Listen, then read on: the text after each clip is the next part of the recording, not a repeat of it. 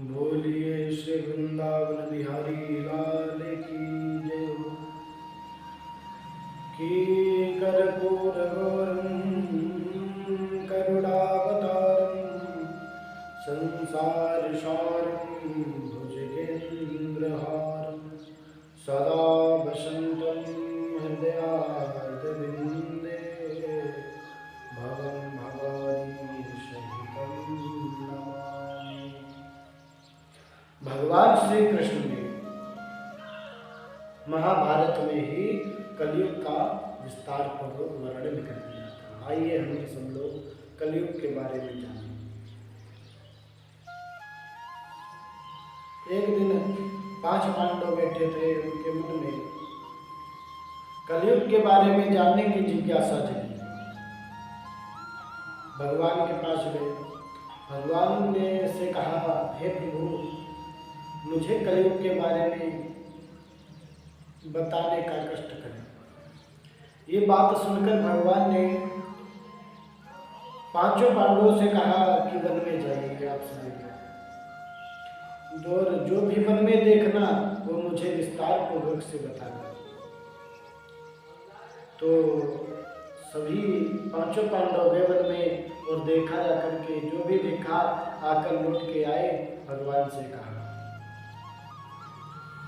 कि हे प्रभु, पहले तो युधिष्ठिर भैया ने देखा, युधिष्ठिर महाराज ने देखा कि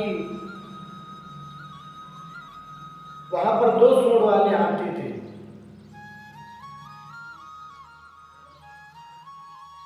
दो सूंड वाले हाथी थे।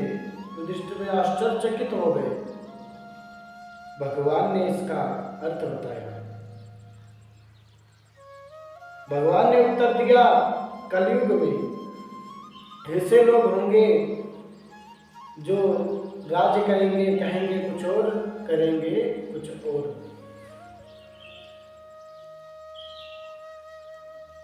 वो दोनों तरफ से मनुष्य का शोषण करेंगे।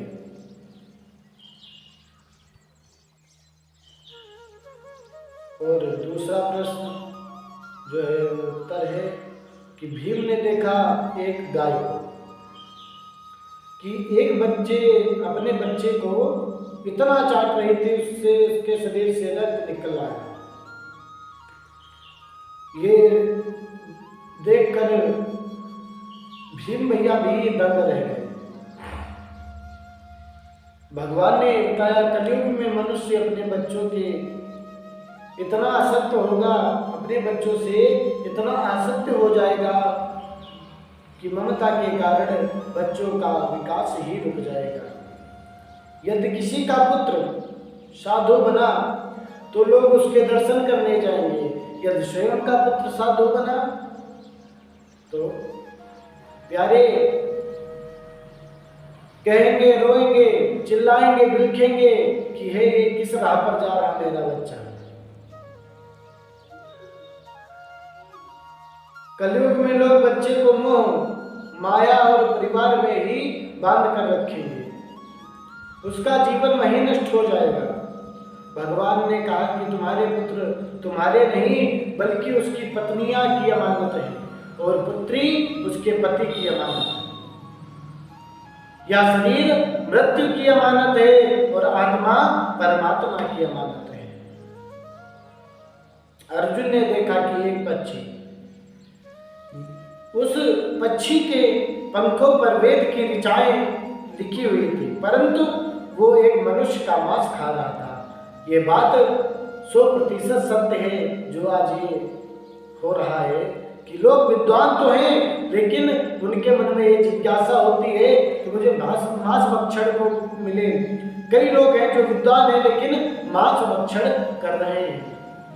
ये सोच रहे हैं कि जो है ये कब मरे और इसकी संपत्ति हमें कब मिल जाए। ऐसा लोग कलयुग में सोचेंगे। अब नकुल ने देखा कि एक भारी चट्टान पर्वत से गिरी और बड़े से बड़े पेड़ उसमें टकरा कर नहीं रुकी, परंतु एक हरि नाम का पौधा उससे टकराया। जब तुरंत वहीं पर वो रुक गया। तो तो भगवान ने उत्तर दिया, जीवन में मनुष्य की बुद्धि क्षीण हो जाएगी, उसका जीवन पतन होगा, इस पतन को धन या सत्ता रोकने में असक्षम होगी। किंतु एक हरि नाम को लेके अगर मनुष्य चलेगा, उसका बेड़ा पार हो जाएगा, भव से पार हो जाएगा। हरि नाम कीर्तन से मनुष्य की बुद्धि प्रबल होगी। अब सहदेव भैया ने देखा कि वन में अनेकों कुएं थे, उनमें एक बीच वाला कुआं खाली था कि जो सबसे गहरा था, किंतु भगवान ने उसका अर्थ बताया। कलयुग में मनुष्य अपने शोक करने के लिए, जैसे पुत्री विवाह, अन्य उत्सव में धन जो है ज्यादा आय में खर्च करेगा, परंतु यदि किसी भूखे या गरीब व्यक्ति को देखेगा, उसको देने में असक्षम होगा, कहेगा कि ये अपने बल पे नहीं कमा सकते। बूढ़े व्यक्ति को भी देखेगा तो भी देने में असक्षम होगा। मनुष्य इंद्रियों की संतुष्टि, मदिरापान, मांस भक्षण और भोग विलास में ही धन खर्च किया जाएगा। जो लोग इन चीजों से दूर रहेंगे, उनको कलयुग का नहीं परमात्मा का वास होगा, ऐसा श्री कृष्ण भगवान ने बताया।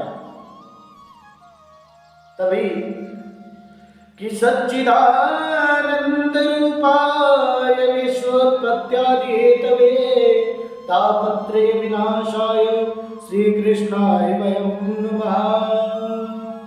सभी को जय श्री राधे, जय श्री श्याम।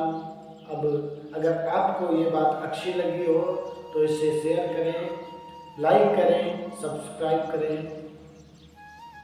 जय श्री राधे, जय श्री श्याम, जय श्री सीताराम।